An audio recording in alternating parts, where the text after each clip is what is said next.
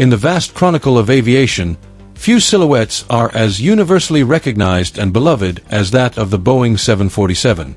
Its presence in the sky was not merely that of an airplane. It was an event, a statement of intent taxiing down the runway. However, beyond its colossal size, what indelibly etched its image into the collective consciousness was a design feature as peculiar as it was elegant: its distinctive hump. That upward curve, breaking the monotony of cylindrical fuselages, earned it the affectionate nickname, Queen of the Skies. But this iconic protrusion was not an aesthetic whim or an addition for passenger comfort in its original conception. On the contrary, it is the epicenter of a fascinating story of foresight, adaptation, and accidental genius.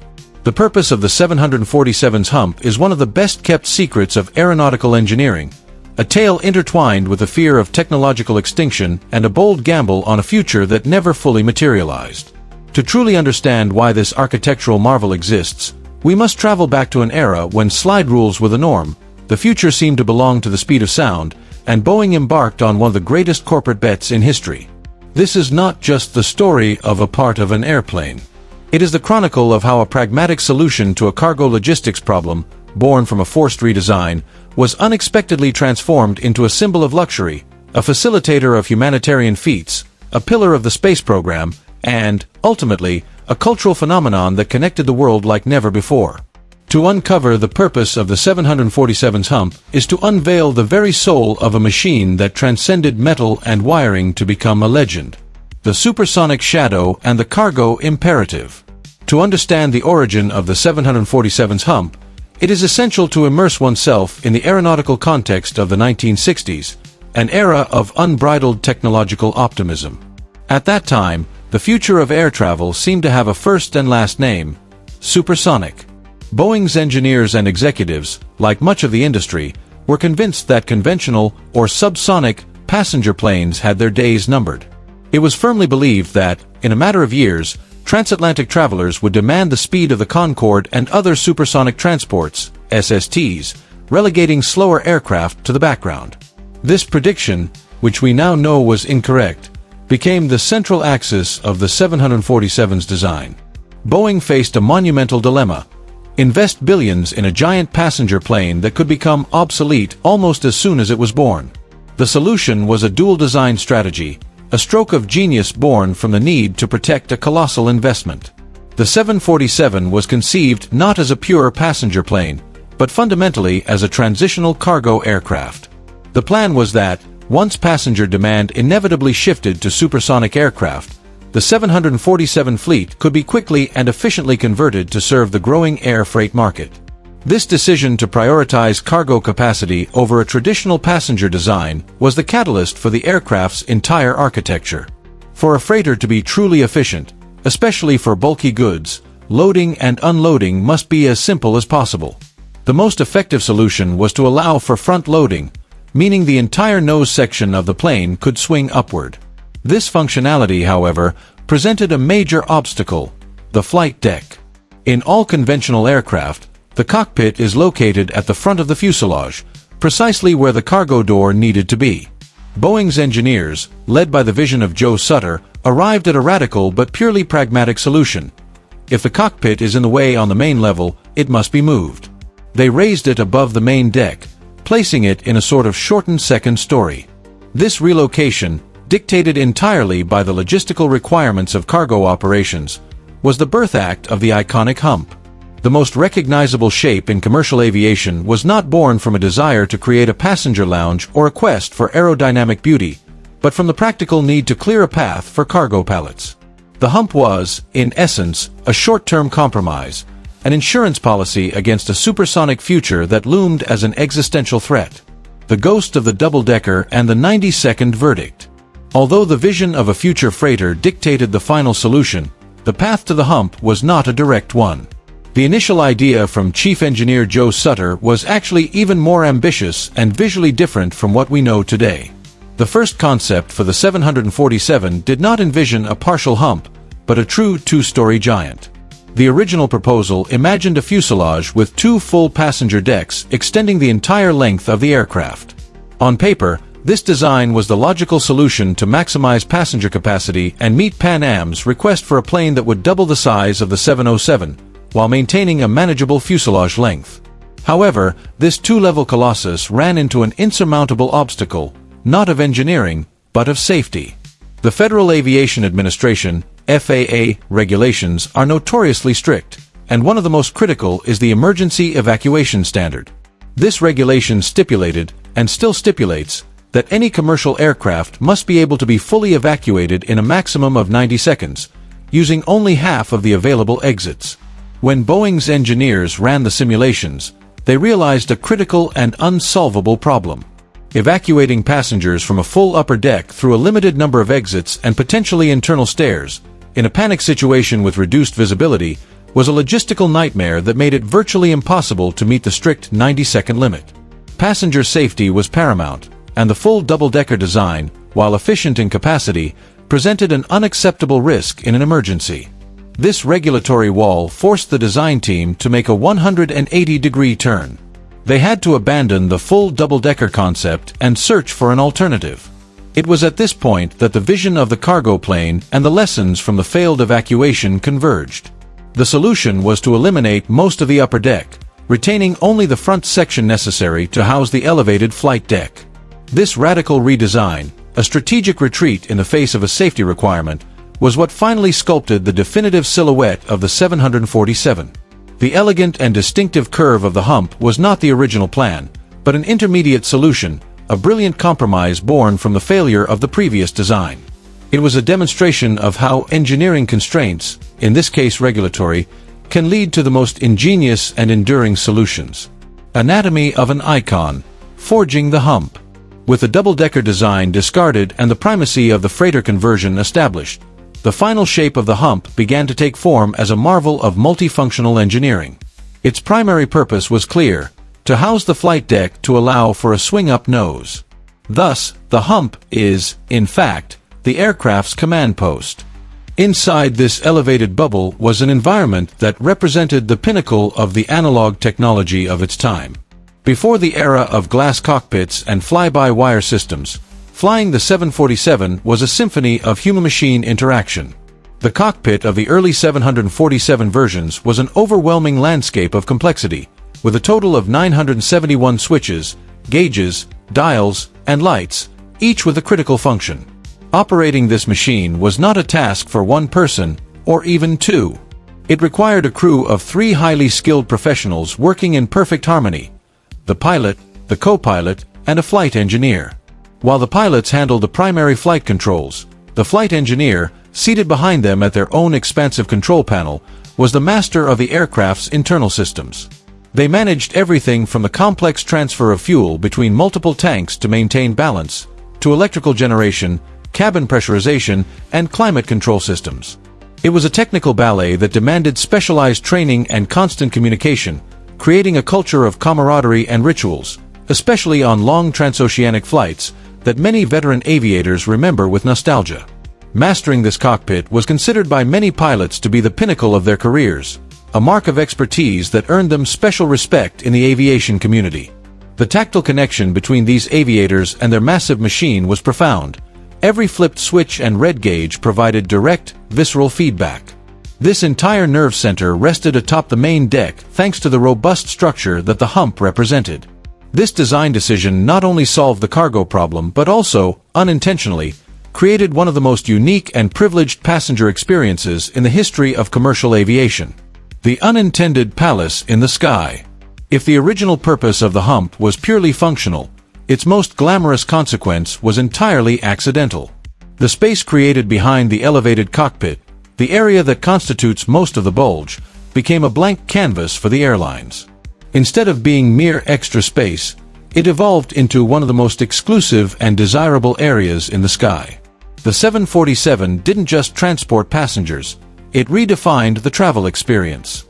This iconic aircraft, the jumbo jet, was not only an engineering marvel but also a blank canvas for innovation in customer service. Airlines quickly saw the potential of a unique space, the upper deck. Far from being a mere extra compartment, this area was transformed into first-class lounges, bars, and restaurants. It was a sanctuary set apart from the hustle and bustle of the main cabin, offering a private club atmosphere at 35,000 feet. Passengers lucky enough to access the upper deck weren't just buying a ticket, they were acquiring an experience. They were immersed in a golden age of travel, a sense of privilege that many still remember decades later. The 747's upper deck became a symbol of luxury and exclusivity. Imagine a well-stocked bar with comfortable seating, where travelers could socialize, enjoy cocktails, and dine under the stars, all while soaring through the skies.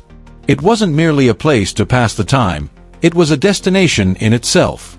This unique space allowed airlines to offer personalized services and a level of attention not seen elsewhere on the aircraft.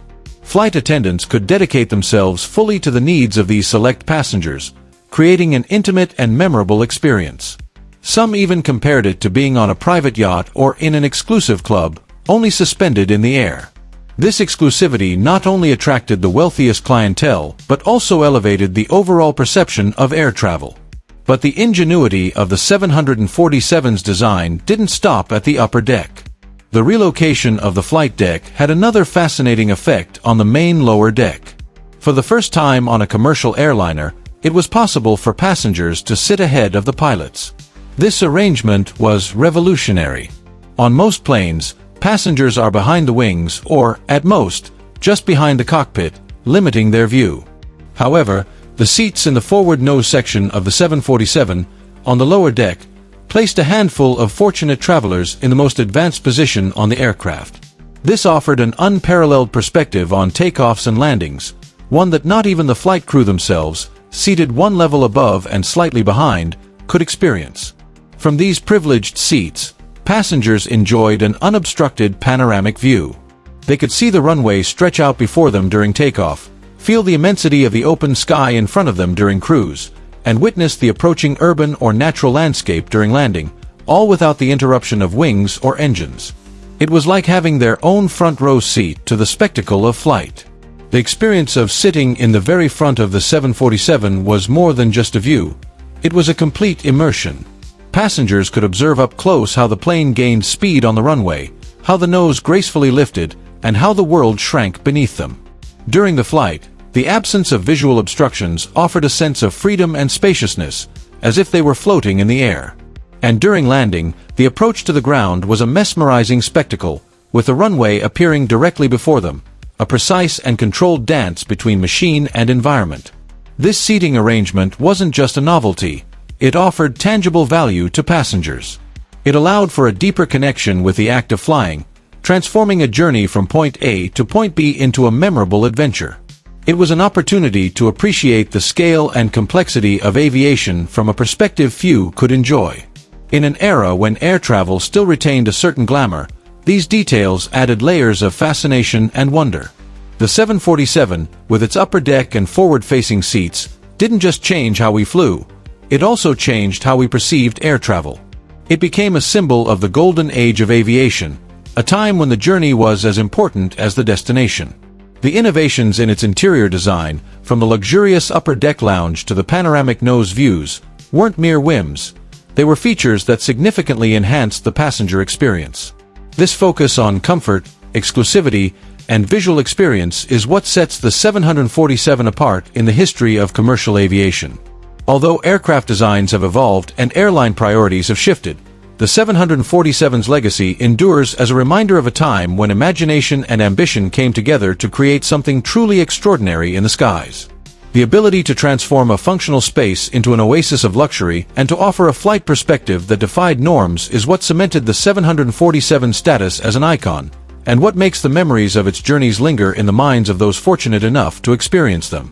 What other aspects of the 747's design do you think significantly impacted the flight experience? What had been conceived as a short-term design compromise for a cargo-focused future had become the pinnacle of the passenger experience. The Hump was simultaneously the brain of the aircraft and its heart of luxury. Its external profile, born of practicality, became synonymous with exclusivity and a superior flying experience, instantly recognizable at any airport in the world. The Hump's legacy, a testament to hidden capability. The design philosophy that gave rise to the 747's Hump, robust, often over-engineered, built for versatility and durability, permeated every aspect of the aircraft, endowing it with extraordinary capabilities that its creators had barely imagined. The hump wasn't just a physical feature, it was a symbol of latent potential that would be revealed in the most extreme circumstances. The incredible structural strength required to mount the flight deck atop the main fuselage and allow the entire nose section to open meant that the 747's airframe was exceptionally resilient. This inherent strength was dramatically demonstrated in May 1991 during Operation Solomon. In a desperate humanitarian mission to evacuate Ethiopian Jews from a nation mired in civil war, the Israeli airline El Al stripped a 747 to 400 of almost all its interior furnishings. Into that hollowed-out shell, they managed to board 1,088 people onto a single plane, more than double its certified capacity. Astonishingly, the passenger count increased during the flight, as 2 women gave birth on board. This feat, which set a world record that still stands today, was irrefutable proof that the 747's design possessed a load-bearing capacity and structural integrity that far exceeded its official specifications. The 747 was conceived in an era of engineering audacity, where strength and adaptability were as critical as efficiency. The decision to elevate the flight deck, creating the distinctive hump, wasn't merely an aesthetic choice or a clever solution to a loading problem. It was the result of a vision that anticipated the need for a cargo plane capable of loading oversized goods directly through the nose. This necessity led to a forward fuselage design that could open completely, a feature that, while intended for cargo, demanded unprecedented structural fortitude in the aircraft's front section. This over-engineering, far from being excessive, endowed the 747 with a reserve of strength that would manifest in unexpected ways. When the 747 was built, it was assigned weight and capacity limits based on rigorous testing and safety standards. However, what Boeing's engineers couldn't fully quantify was the tolerance for extreme stress this inherent design provided. Operation Solomon became the perfect stage for this latent capability to come to light. The situation was one of unimaginable urgency, thousands of lives at stake, a nation embroiled in conflict, and the need to safely and swiftly transport as many people as possible. El Al's choice of the 747 was no coincidence. Its reputation for reliability and robustness preceded it. What transpired on May 24, 1991, was a testament not only to human courage and ingenuity but also to the 747's exceptional engineering. By stripping the interior of seats and other non-essential items, the usable space was maximized, and the aircraft's empty weight was reduced. This allowed for a more efficient weight distribution and a higher carrying capacity of improvised passengers. Loading 1,088 people, many of whom were entire families with their belongings, onto a single aircraft that typically carried around 400 to 500 passengers was an astonishing logistical and technical feat. Every inch of available space was utilized, from the aisles to areas normally reserved for service. The fact that the aircraft not only took off and flew safely with such a massive load, but also did so with 2 berths on board is a detail that underscores the 747's incredible reserve capacity. Those berths, though statistically small compared to the total passengers, added a symbolic layer to the mission. New lives beginning aboard a machine designed to carry hope. This event wasn't a controlled test flight in a laboratory setting. It was a real-life mission, under immense pressure, demonstrating the 747's durability and safety beyond any prior expectation. The feat of Operation Solomon not only entered the record books but also rewrote the understanding of what was possible for a commercial airliner. It served as empirical validation of the 747's original design philosophy: to build with a margin of safety and resilience that went beyond minimum requirements. This over-engineering, far from being an unnecessary expense, proved to be an investment in reliability and versatility that saved lives. The 747's hump, then, becomes an emblem of that philosophy, an external feature that hinted at an unparalleled inner strength, a testament to its creator's vision, and to the aircraft's ability to exceed expectations in the most challenging situations. In a world where cost optimization and efficiency often drive aircraft design, the story of the 747 and Operation Solomon reminds us of the value of building with a broader purpose, with a reserve of power and robustness that can be called upon in critical moments. The 747 wasn't just a plane, it was a flying fortress, An engineering marvel that proved its true potential is sometimes only revealed when the need is most pressing. This same robustness made the 747 the only viable platform for another extraordinary mission, carrying NASA's space shuttle. For 3 decades, 2 specially modified 747s, known as the Shuttle Carrier Aircraft (SCA), were responsible for transporting the orbiters between landing sites and the launch pad in Florida. To achieve this, engineers further reinforced the fuselage structure and added vertical stabilizers to the tail to counteract the aerodynamic interference from the massive 78-ton spacecraft mounted on its back. The elevated position of the Hump's cockpit was crucial, allowing the pilots to have visibility despite the massive cargo. It was a stunning testament to the symbiosis between 2 icons of American innovation, one literally carrying the other on its shoulders. Even its performance exceeded expectations. Despite being a design over half a century old, the 747 remains the fastest subsonic commercial aircraft in service. Modern aircraft like the 787 Dreamliner or the Airbus A350 are more efficient, but they cannot match the raw speed of Mach 0.855 of the Queen of the Skies. This difference, which may seem minor, translates into considerable time savings on transoceanic routes. In February 2020, a British Airways 747, propelled by a powerful jet stream, completed the New York to London crossing in just 4 hours and 56 minutes, breaking the speed record for a subsonic aircraft. The DNA of its design, forged with slide rules and wind tunnels in the 1960s, remains a benchmark of performance that the most modern computer-aided designs have yet to surpass in pure speed. The symbol of a bold bet. Ultimately, the 747's hump is the physical symbol of one of the greatest corporate gambles in history. In 1966, Boeing risked its entire financial future on an aircraft that many considered impossible to build. The scale of the project was staggering.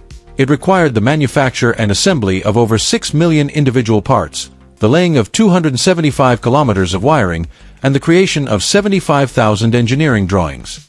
No existing factory was large enough to house the construction of such a colossus, so Boeing had to build a new one, the Everett factory, which remains the world's largest building by volume. The program cost over $1 billion at the time, a sum that exceeded the company's entire net worth. If the 747 had failed, Boeing would have faced bankruptcy. And all this monumental effort was completed in a now unthinkable time frame of just 28 months from concept to first flight. The hump represents the heart of that bet. It was born from the prediction of a supersonic future and the need for a plan B for cargo. It survived the failure of a double-decker design thanks to strict safety regulations. It materialized as an engineering solution that accidentally created the most luxurious space and the most unique perspective for passengers.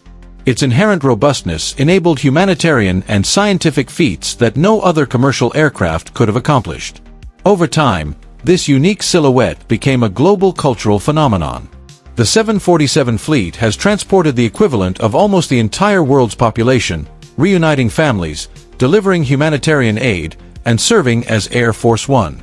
Its shape became so iconic that a child could draw it from memory, transcending aviation to become a universal symbol of travel, discovery, and human connection. The hump of the Boeing 747 was not, therefore, a simple design element. It was the answer to a question about the future, a solution to an engineering problem, the origin of unexpected luxury, and the pillar of unprecedented structural strength. It was the feature that defined not just an airplane, but an entire era of aviation, reminding us that sometimes the most iconic and enduring designs are born not from a perfect plan, but from the brilliant ability to adapt, improvise, and turn a limitation into a legend.